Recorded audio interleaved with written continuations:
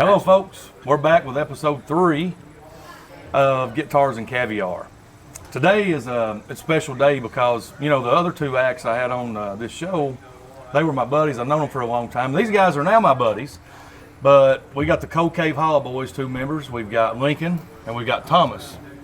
And Lincoln has got the coolest name ever because it's called Lincoln Mash. So if you play bluegrass and your last name's Mash, you're bound for success. You mash her and be, son. That's what you do. There you go. You know, tell me a little bit about you. So we're doing this cooking show. It's going to be a real simple day. Do you guys cook at home? Yeah. What you got? What's your favorite My recipe? favorite thing to do is get the sirloin that's hidden in the deep freezer.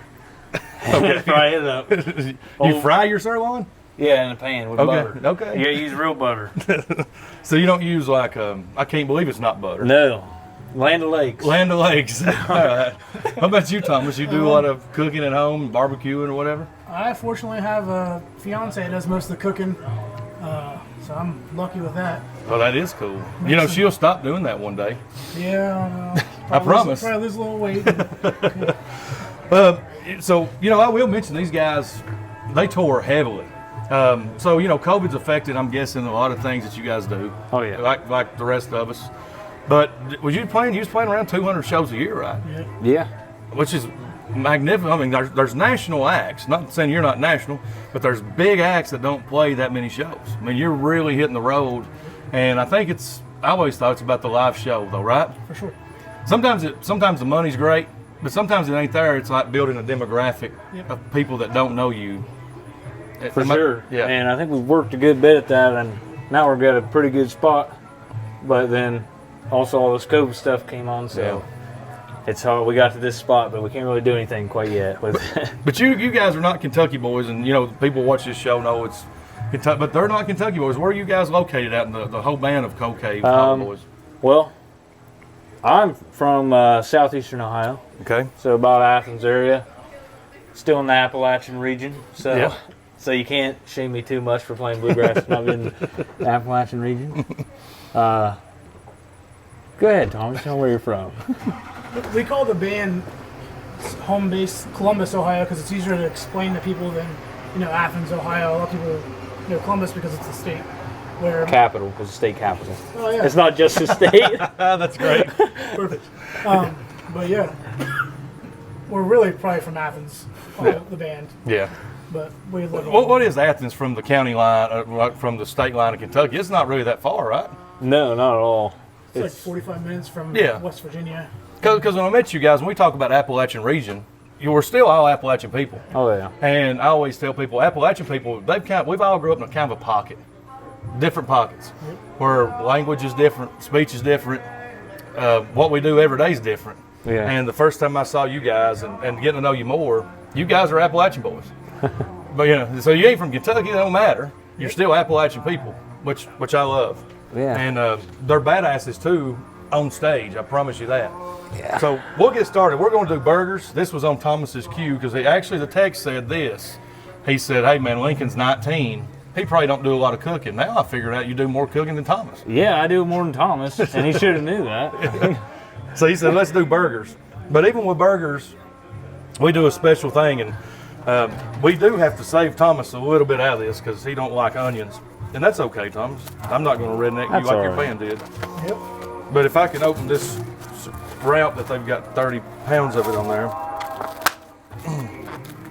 But is there something on the road? I know you have to eat a lot of fast food. Is there something on the road that you can't wait to get to a certain place or a show and you go to this certain place because they have the best food? Is there a place like that y'all love? Yeah. Actually, there's a place up in Jackson, Ohio. It's like a barbecue joint, Rowdy's Smokehouse. I've heard of Rowdy's. It is the best barbecue you can get in Ohio. Yeah. And also Jimbo's.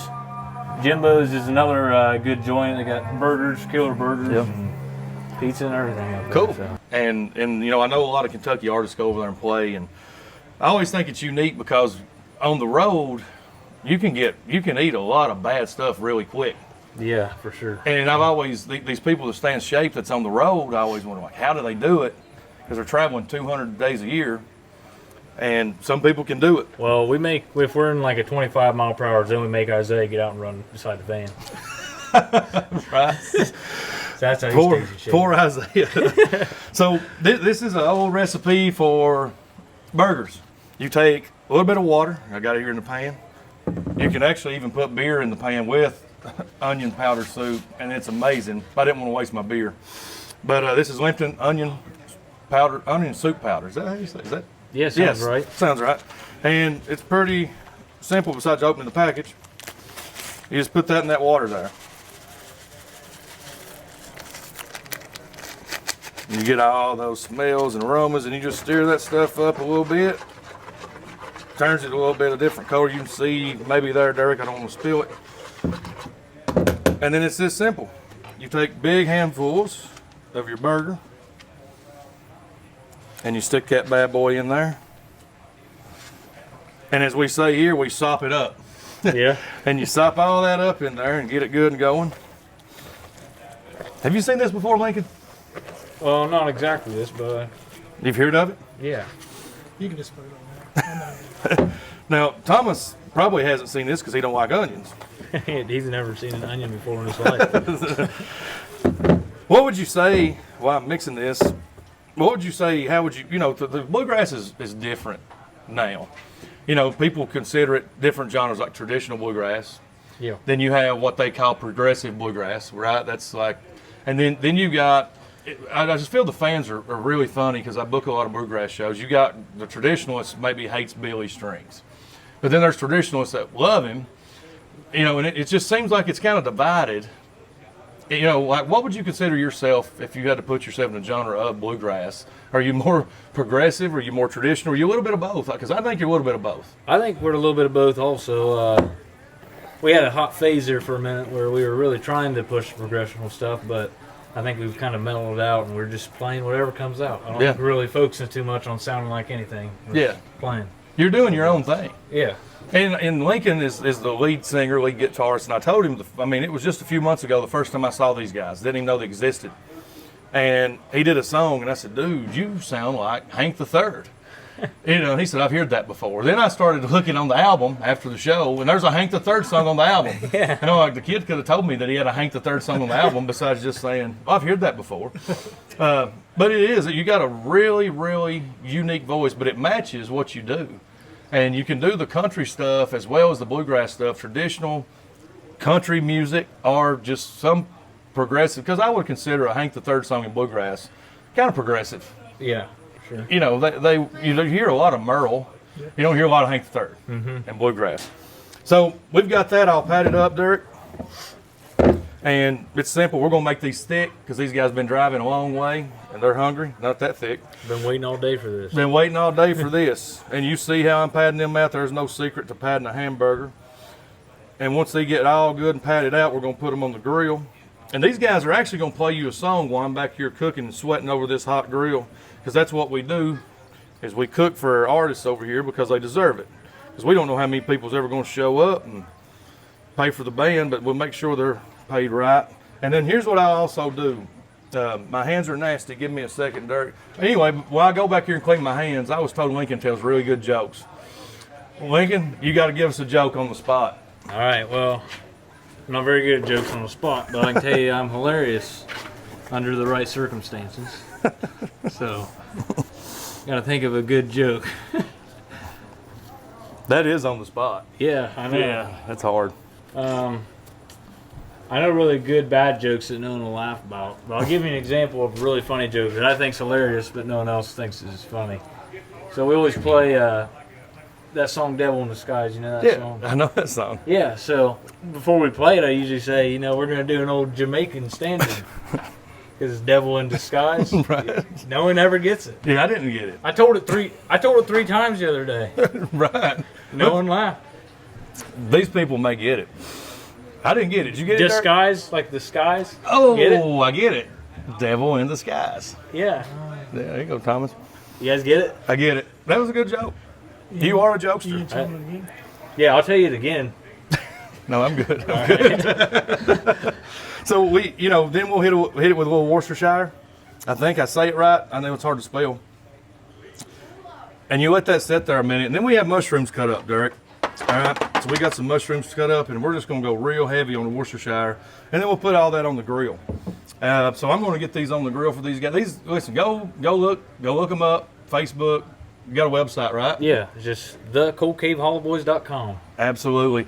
Facebook, Instagram, I'm guessing. Yep. Any form of social media. They're on Apple Music. They're on Spotify. Any streaming platform. Please go look at the Cold Cave Hollow Boys. You will not be disappointed. It is a very unique sound with and it's still got the traditional feel. So they can capture every crowd by how great they are. And the musicianship too is just phenomenal. And it's a very young band.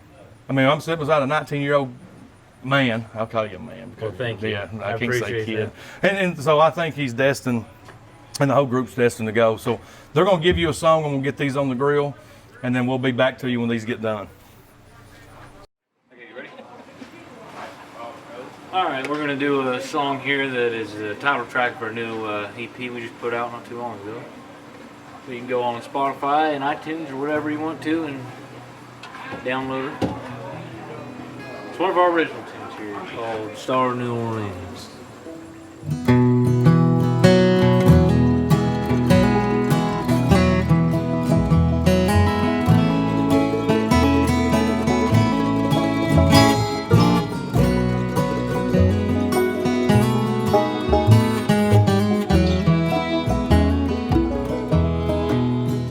You won't hear a sadder story than the one you'll hear today, about how my woman stole my heart and ran away down to Louisiana, where the city lights are bright. As I sit here blue and lonesome, I'm wondering where you are tonight. And I'd swim the Mississippi to the Gulf of Mexico, just to hold the woman I thought loved me so. And I'd give $1 million just to see her face again. Oh, my queen of the river, my star of New Orleans.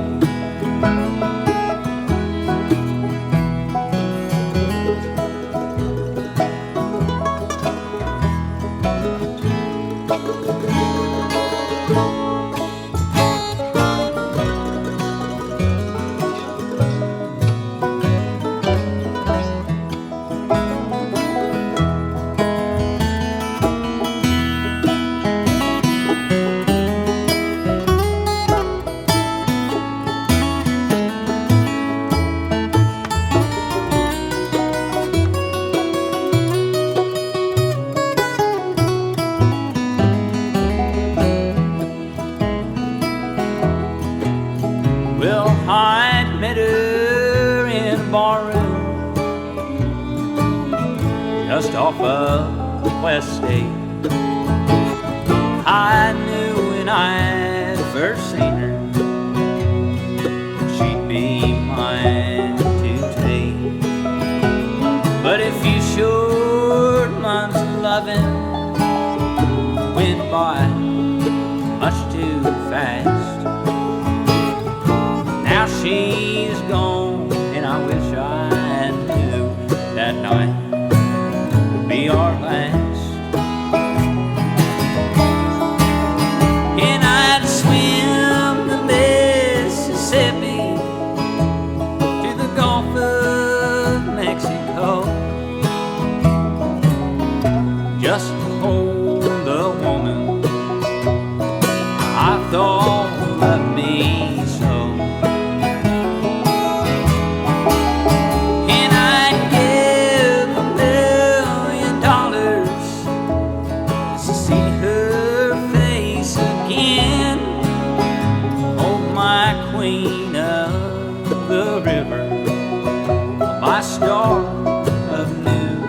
on me.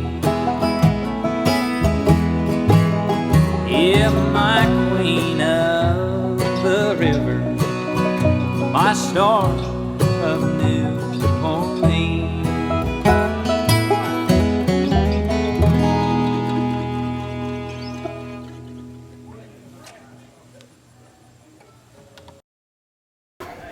Hello guys, we're back, and here's the finished product. So we've got some with Lipton onion soup mix. We've got some that's original for my man Thomas, and then on this though there is habanero jack cheese. I didn't ask them, I didn't like a little spicy, but it's on the burger. Some of them don't have anything. We also have the chopped up portobello mushrooms, so they could have that. And listen, if you guys haven't, or if you haven't seen, or if you haven't heard of Cold Cave Hollow Boys, and tonight it's Cold Cave Hollow Boys and a lady, Heather Alley. Heather Alley. She's amazing on that fiddle. I really, come on, Loader. So we got a dog on the set. That's okay, but please go to Instagram. Please go to Facebook. Please go to their webpage, Apple Music, Spotify, wherever they're streaming music. Look these guys up. You got any parting words? Thanks for having us out here, and don't wear metal hat in a lightning storm. That is good advice. And that's about it. Thomas, you got any good words? Nope. No good words from Thomas. Thanks, Thomas. See you next time.